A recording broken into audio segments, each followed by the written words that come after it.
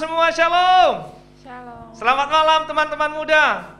Dimanapun teman-teman berada, saya berharap kita semua tetap semangat untuk memuji, untuk beribadah kepada Tuhan. Meskipun ibadah kita sampai hari ini masih melalui online. Kita berdoa dan kita berharap agar pandemi ini boleh cepat berlalu, sehingga kita semua bisa kembali beribadah normal seperti sebelumnya. Amin. Oleh sebab itu teman-teman, jangan kehilangan pengharapan, jangan kehilangan semangat untuk beribadah. Sebab Tuhan yang kita sembah adalah Tuhan yang tidak dibatasi oleh ruang dan waktu. Dialah Tuhan yang maha hadir, Tuhan yang maha kuasa. Di tempat teman-teman beribadah, Tuhan ada di sana melihat, dan setiap hati, setiap pujian penyembahan yang sungguh-sungguh kita bawa di hadapan Tuhan, Tuhan menerimanya. Amin teman-teman. Sebab itu saya mengundang kita semua untuk boleh bangkit berdiri dan kita berikan sorak-sorai buat Tuhan kita. Kita memuliakan Tuhan sebab Dia adalah perisai setiap kita. Tinggal dekat Tuhan kita aman.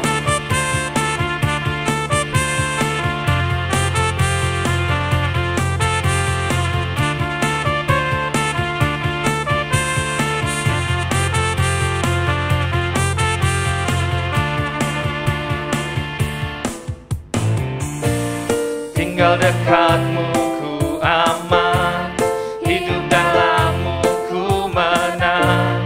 Kau yang memegang hidupku di tanganmu.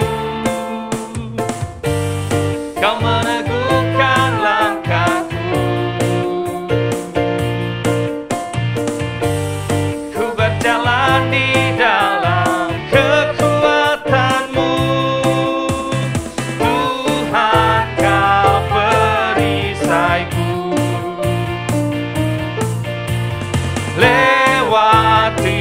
Badai tak akan ku goyang, imanku tetap teguh, takkan ku ragu mengikutimu.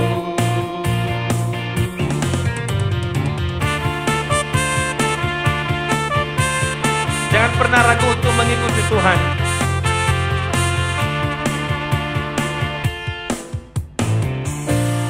Tinggal dekatmu ku aman, hidup dalammu ku menang. Kau yang memegang hidupku di tanganmu. Kau meneguhkan langkahku. Ku berjalan di dalam kekuatanmu.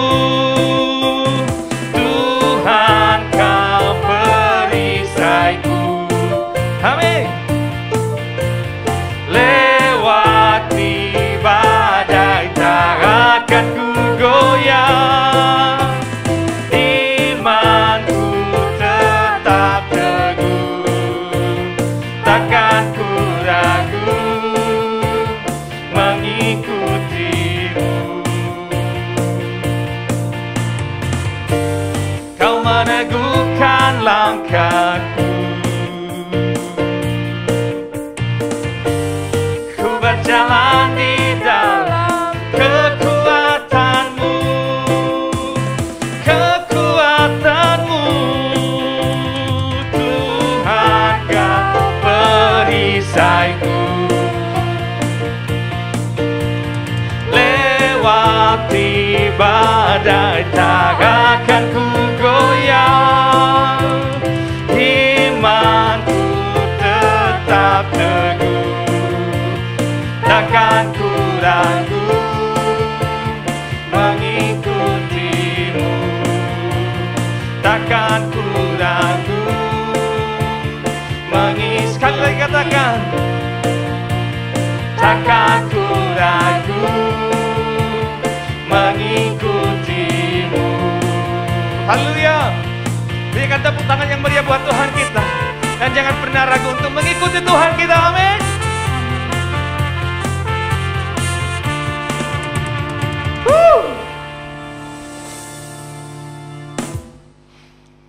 Teman-teman dipersilahkan untuk duduk kembali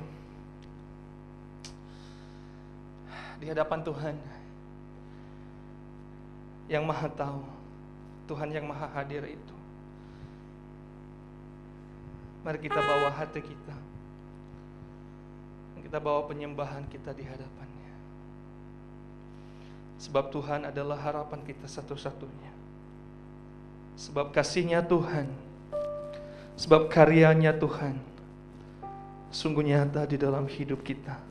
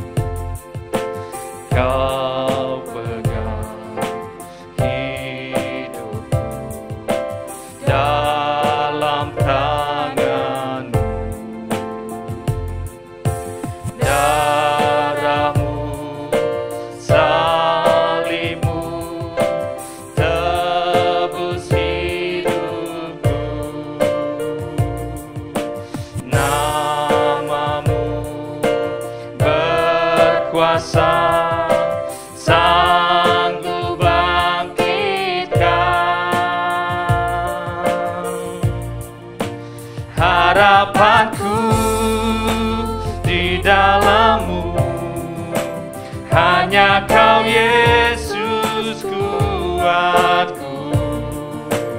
Ku percaya, ku aman dalam-Mu.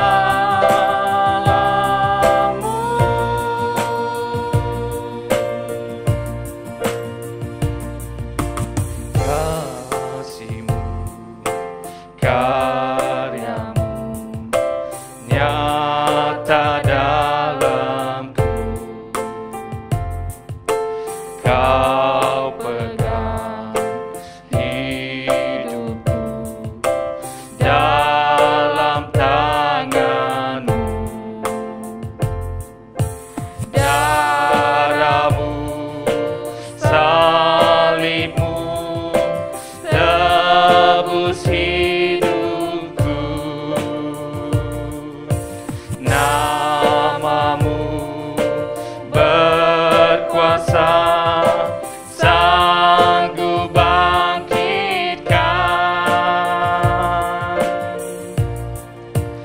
Harapanku di dalam-Mu, hanya Kau Yesus kuatku.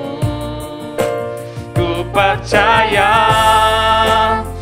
aman dalam-Mu.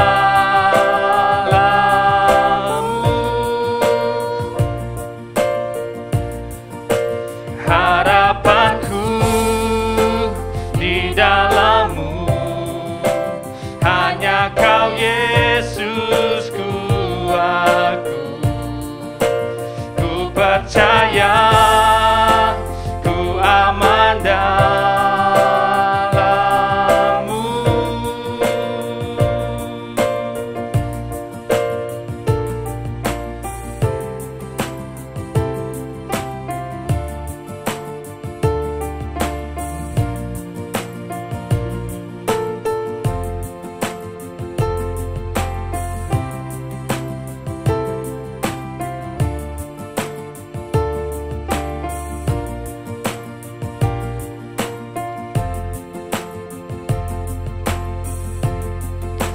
Pernah gagal rencana-Mu, terangi jalanku, kuasa-Mu sempurna.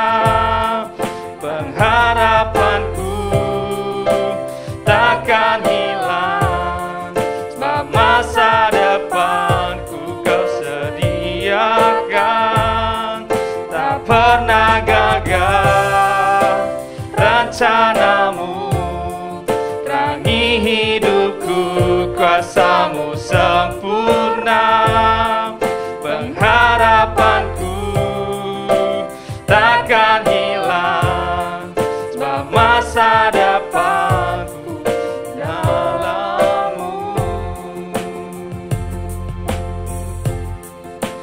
harapanku di dalam-Mu, hanya Kau Yesus kuatku. Ku percaya ku aman dalam-Mu,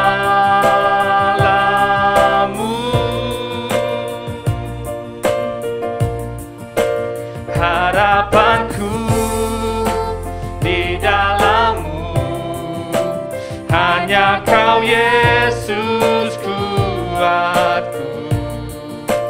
Ku percaya ku aman dalam-Mu.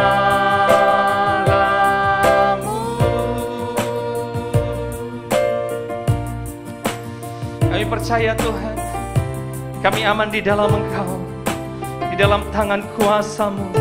Dan kami siapkan hati kami untuk kami berkata, kami nyanyi haleluya.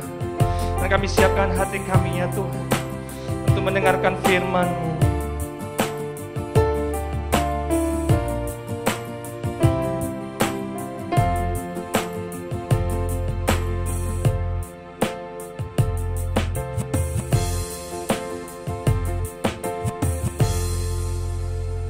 Terima kasih Tuhan.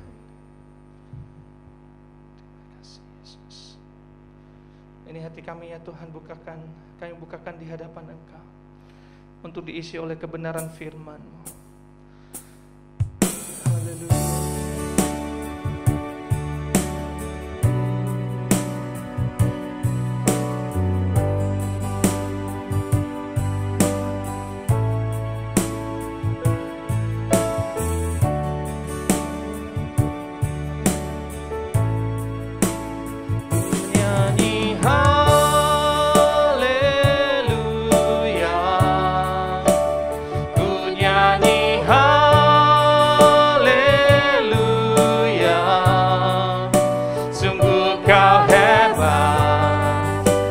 Ajaib perkasa perbuatan-Mu, ku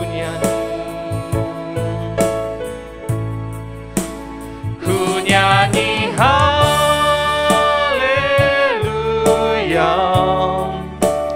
ku nyanyi haleluya.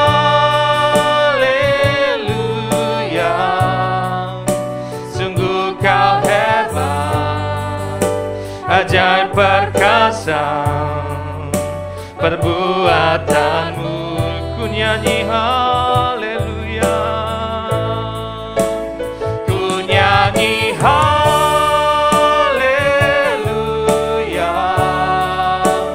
ku nyanyi haleluya.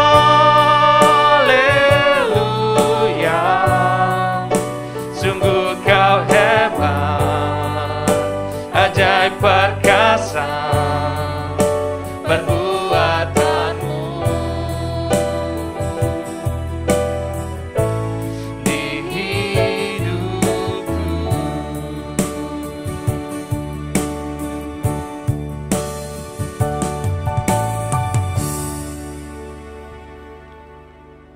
Waktu dan tempat untuk pemberitaan firman Tuhan dipersilakan kepada hamba-Nya.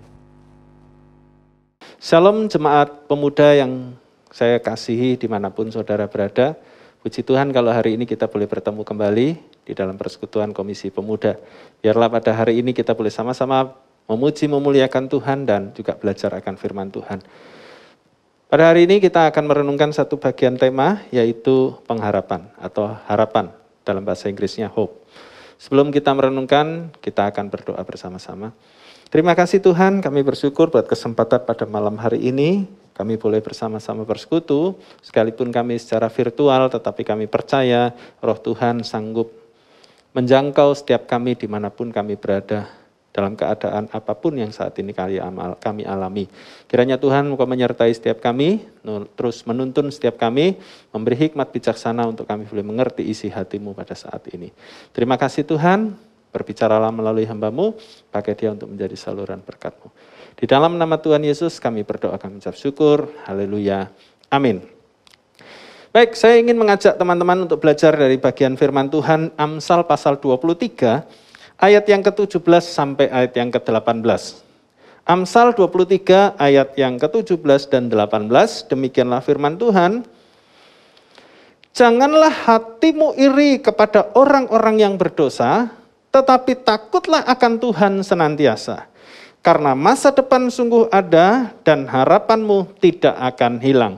Ayat 18 saya ulang sekali lagi, katakan firman Tuhan, karena masa depan sungguh ada dan harapanmu tidak akan hilang. Ini sesuatu pernyataan dari Salomo yang luar biasa, penulis Amsal ini, yang mengatakan bahwa karena masa depan sungguh ada dan harapanmu tidak akan hilang. Ini sesuatu yang sangat menggetarkan hati saya, secara khusus ketika saya menemukan firman Tuhan ini, bagian ayat ini mengingatkan saya akan sebuah pengharapan. Dan betapa besarnya pengharapan itu di dalam kehidupan kita. Kita memerlukan sebuah pengharapan di dalam setiap langkah kehidupan kita. Seseorang yang tidak mempunyai pengharapan, tidak tahu dengan apa saya harus katakan bahwa orang yang tidak punya pengharapan itu. Ketika saya waktu itu pelayanan di Citerep, ada seorang jemaat, seorang ibu, dia punya anak cukup banyak dan ada anaknya yang sangat masih kecil, bahkan masih menyusu ibunya. Dan ibunya ini dirawat di rumah sakit dengan kondisi koma pada saat itu. Ketika saya mengunjungi ibu ini, hati saya hancur. Hati saya sedih sekali karena kebetulan juga istri saya sedang menyusui anak saya yang kedua waktu itu, Kania. Ketika saya melihat ibu itu terbaring koma, sementara ada bayinya yang di rumah, yang sebetulnya masih membutuhkan kasih sayangnya, masih membutuhkan pelukannya, masih membutuhkan ASI-nya, saya sedih. Saya khawatir kalau ibu ini Tuhan panggil. Maka dari itu, saya ketika membesuk saya, melihat kondisinya, saya mempunyai satu pengharapan. Sekalipun dokter waktu itu sudah angkat tangan, dan saya juga mendengar dari rekan hamba Tuhan lain yang mengatakan bahwa ibu ini sudah tidak ada harapan. Saya justru pada saat itu berharap kepada Tuhan, Tuhan nyatakan kuasa-Mu, sembuhkan ibu ini. Waktu itu saya bukan dengan iman, tetapi saya memiliki satu pengharapan yang begitu besar. Apakah itu namanya iman, saya nggak tahu. Tetapi saya hanya berharap bahwa ibu itu kiranya Tuhan sembuhkan. Sekalipun tidak ada harapan. Sekalipun kelihatannya mustahil. Sekalipun kelihatannya tidak mungkin. Tetapi saya berharap, Tuhan sembuhkan ibu ini. Karena kasihan Tuhan, anaknya masih kecil. Dan kalau saya sudah berpikir juga, kalau seandainya ibu ini Tuhan panggil, saya sudah punya ide sama istri saya, anak itu kamu susuin. Jadi istri saya biar menyusui dua anak itu, anak sendiri dan juga anaknya ibu itu. Sampai saya sudah berpikir seperti itu. Tapi saya berharap Tuhan tolong supaya ibu ini bisa sembuh kembali. Dan mujizat Tuhan terjadi. Saya berdoa, saya tumpangkan tangan saya menangis, tidak terjadi apa-apa memang. Dan waktu itu hari Sabtu, hari Minggunya saya ketemu dengan hamba Tuhan yang mengatakan bahwa tidak ada harapan untuk ibu ini sembuh. Saya sempat marah kepada rekan hamba Tuhan yang mengatakan seperti itu, pesimis sekali. Saya maklum sebetulnya, saya maklum bahwa dokter sudah mengatakan tidak mungkin, juga tidak ada harapan. Tetapi saya justru pada saat itu saya masih punya harapan yang besar untuk ibu ini. Dan saya tidak menduga sama sekali juga bahwa 3 hari kemudian ibu ini sadar, ibu ini sembuh, ibu ini sudah bisa hidup seperti sedia kala lagi. Padahal itu sungguh-sungguh tidak mungkin. Waktu itu kalau nggak salah penyakit, ada jamur di otaknya atau apa saya nggak tahu, nggak terlalu paham. Tetapi saudaraku, bahwa ibu ini akhirnya sembuh. Nah itu harapan, satu harapan yang besar. Mungkin dari harapan itu muncul satu harapan yang besar, begitu rindu saya, begitu berharap sangat kepada Tuhan untuk Tuhan menyembuhkan dia. Nah dari ayat yang kita baca, dikatakan hari ini janganlah kamu atau janganlah hatimu iri kepada orang-orang yang berdosa, tetapi takutlah akan Tuhan senantiasa. Di sini saya mau berkata seperti ini. Berarti kita ini tidak boleh iri kepada orang yang berdosa. Kalau ada orang lain yang berdosa, orang yang hidupnya nggak benar, tapi kita mau iri sama dia itu nggak baik. Kita nggak cocok, nggak tepat kalau kita itu iri sama orang yang berdosa kalau dia sukses. Otak saya langsung berpikir, kalau begitu kita boleh dong iri sama orang yang nggak berdosa. Orang benar, katakanlah seperti itu. Kalau orang itu sukses, kita boleh dong iri sama dia. Iri dalam artian kalau dia bisa sukses dengan cara-cara yang benar, dengan dia itu punya metode-metode tertentu yang baik, kita kenapa enggak belajar untuk seperti dia? Jadi iri secara positif kepada orang yang benar. Jadi bukan iri secara negatif terhadap orang yang berdosa, tetapi iri secara positif kepada orang yang benar, orang yang sukses secara benar. Nah, kalau kita belajar dari orang yang benar, dari orang yang baik, orang yang sukses dengan cara-cara yang baik, tentu itu ada satu harapan. Kalau dia bisa, kenapa gua nggak bisa? Gitu loh. Kalau dia mampu bisa sukses seperti itu, kenapa aku enggak? Kalau dia bisa mencapai target-target yang seperti itu, kenapa aku enggak? Nah, ini semacam harapan-harapan yang kita munculkan dari diri kita. Supaya kita boleh, kalau bisa lebih dari dia, atau minimal sama dengan dia. Kita belajar dari kesuksesan orang lain. Dari Wikipedia, kata harapan atau asa adalah bentuk dasar dari kepercayaan akan sesuatu yang diinginkan, akan mendapatkan atau suatu kejadian akan berbuah kebaikan di waktu yang akan datang. Ini menurut Wikipedia. Seperti apa yang tadi saya, kalau ada orang yang sukses, baik hidupnya, kenapa kita enggak mengikuti? Dalam tanda kutip juga, berarti kita meneladani orang itu. Kalau ada orang yang sukses dengan cara yang tidak baik, kita jangan ikuti, jangan iri apalagi, saudaraku. Nah, untuk suatu kejadian akan berbuah kebaikan di waktu yang akan datang. Nah, pada umumnya harapan ini berbentuk abstrak. Tidak nampak, tetapi diyakini bahkan terkadang dibatin dan dijadikan sugesti agar terwujud. Nah, ini yang perlu kita agak sedikit hati-hati di sini. Namun, ada kalanya harapan tertumpu pada seseorang atau sesuatu. Pada praktiknya banyak orang mencoba menjadikan harapannya menjadi nyata dengan cara berdoa dan berusaha. Nah ini, jadi harapan itu harus diupayakan terus, diperjuangkan, bahkan didoakan. Nah kalau kita orang percaya, kita harus dengan iman ya pengharapannya. Nah harapan adalah mimpi dari seorang yang terjaga. Itu kata Aristoteles, ya seorang filsuf, dia mengatakan harapan adalah mimpi dari seorang yang terjaga. Jadi jangan sampai kita ini punya harapan tetapi hanya sekadar harapan. Harapan itu harus ada wujudnya, harus ada langkah-langkah konkretnya untuk kita boleh mewujudkan harapan itu. Bisa dengan berdoa dan terus berusaha. Sampai harapan itu boleh menjadi nyata. Nah, ketika seorang sudah dikatakan oleh dokter bahwa dia sudah tidak ada harapan lagi, maka ia sudah tidak lama lagi pasti mati ya. Kalau dokter sudah berkata tidak ada harapan lagi buat dia, itu tandanya orang itu sudah mati. Dokter angkat tangan, sudah tidak ada harapan lagi, sudah tidak bisa disembuhkan lagi. Nah, tapi kalau kita masih hidup ya, dan kita masih punya harapan, berarti kita ini sesungguhnya ada harapan untuk hidup.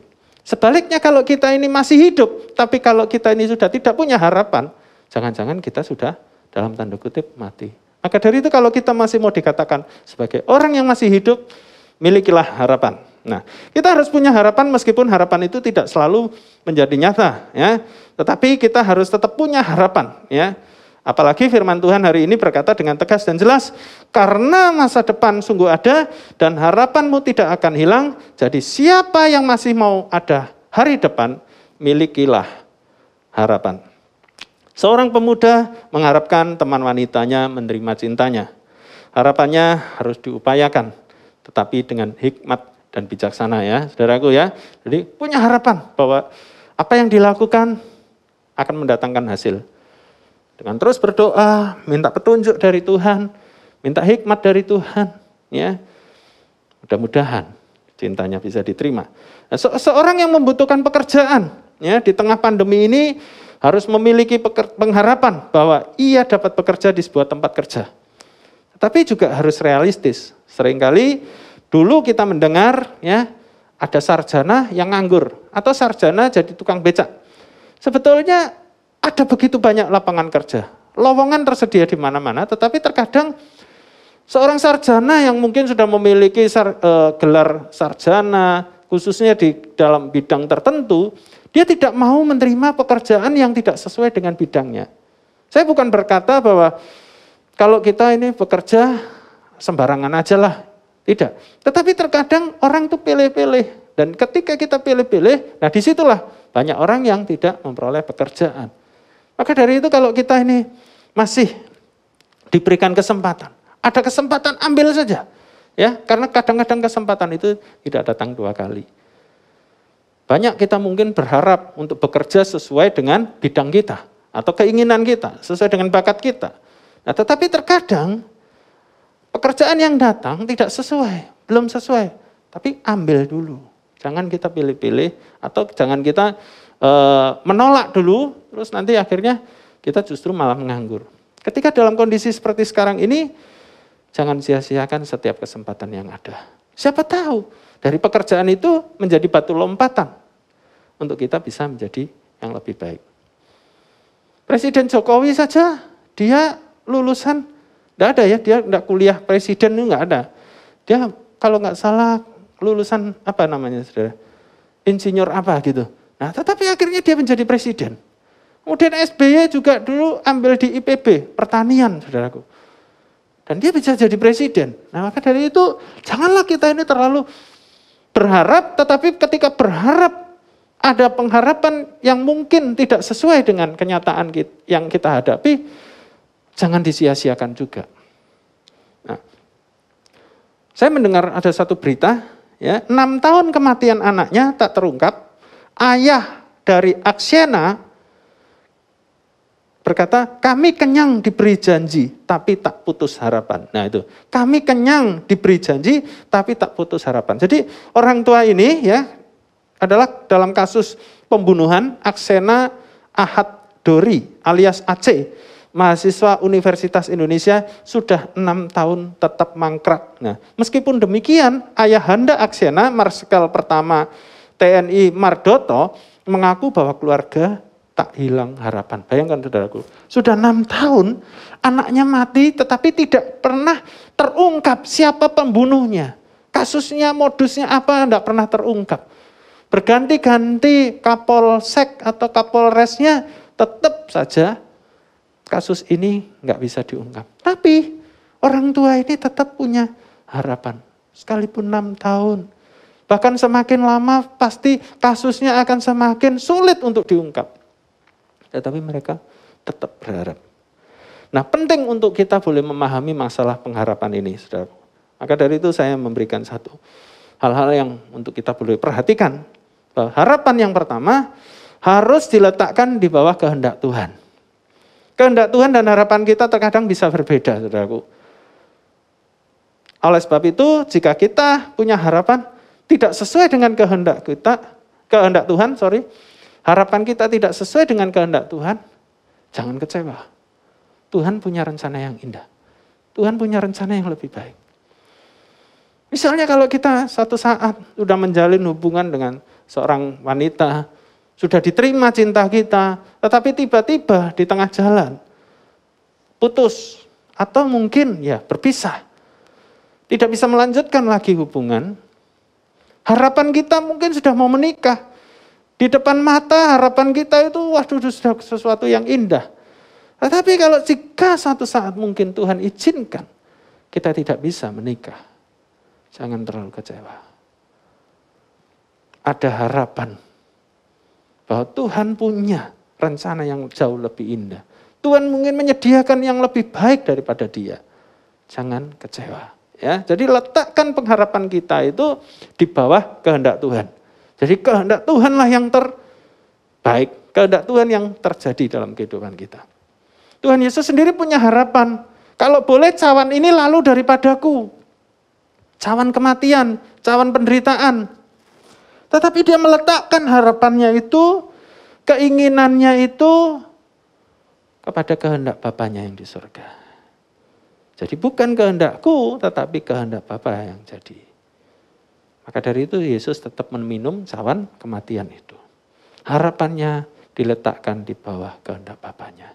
Begitu pula dengan kita, kalau kita punya harapan, letakkanlah harapan itu di bawah kehendak Tuhan. Yang kedua, harapan harus lebih tinggi dari rintangan yang ada. Ya, setiap kali hidup kita itu menghadapi begitu banyak rintangan, tantangan, ujian, persoalan-persoalan yang berat. Harapan itu harus lebih tinggi. Ya. Nah, ini mirip seperti iman. Kalau kita punya harapan tidak lebih tinggi daripada rintangan yang ada, maka kita menjadi orang yang tidak bisa maju. Kita harus punya harapan bisa lebih maju. Nah, untuk bisa lebih maju, memang ada begitu banyak rintangan. Ada banyak halangan yang harus kita lewati, bahkan kita lompati. Nah, kalau kita bisa melompati rintangan-rintangan itu, kita akan menjadi lebih baik lagi. Kita akan menjadi lebih maju lagi. Nah, bedanya dengan iman apa dong ya? Ini saya coba menggali ini. Bedanya dengan iman antara harapan dengan iman, ya. Harapan tidak harus pakai iman. Harapan tidak harus pakai iman, saudaraku. Orang yang berharap dia disembuhkan, kalau tidak disembuhkan ya tidak apa-apa. Ya. Kalau tidak sembuh ya tidak apa-apa. Tapi kalau beriman, percaya dia sembuh dengan kuasa Tuhan, tidak ada yang mustahil, sekalipun tidak ada harapan atau tumpuan untuk berharap sekalipun, iman akan melampaui harapan itu sendiri. Sehingga kita akan tercengang ketika melihat yang dilakukan Allah. Ya. Tetapi tetap bersandar pada kuasa dan kehendak Allah. Jika Allah berkehendak, segalanya pasti jadi. Ya, jadi kita harus meletakkan iman kita di bawah kehendak Tuhan. Dan yang kedua, yaitu harapan harus lebih tinggi dari rintangan yang ada. Yang ketiga, harapan harus berkelanjutan.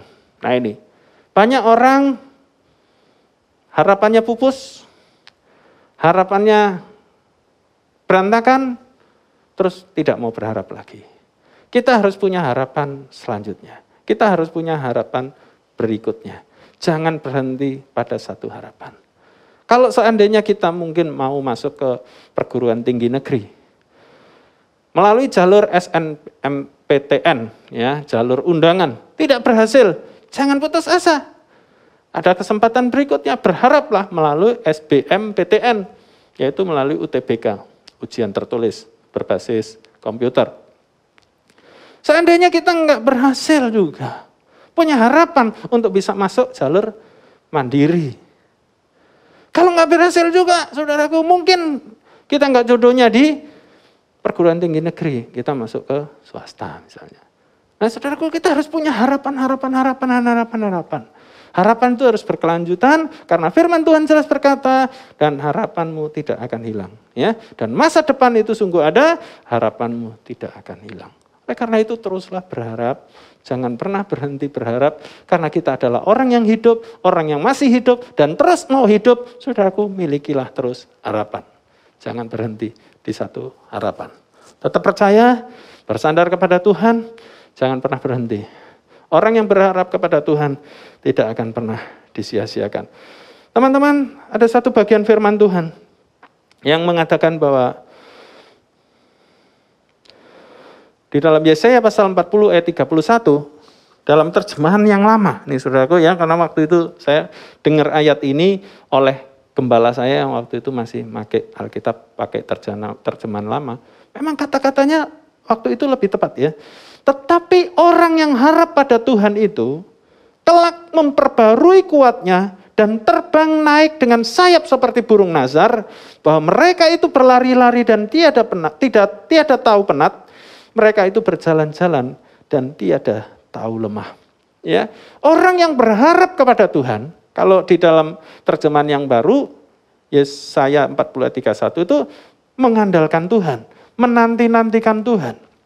Nah, orang yang berharap kepada Tuhan itu dia diperbaharui kekuatannya seperti burung Raja Wali. Ya, yang dia berlari tapi tidak penat atau tidak capek, kemudian dia berjalan juga tidak lelah.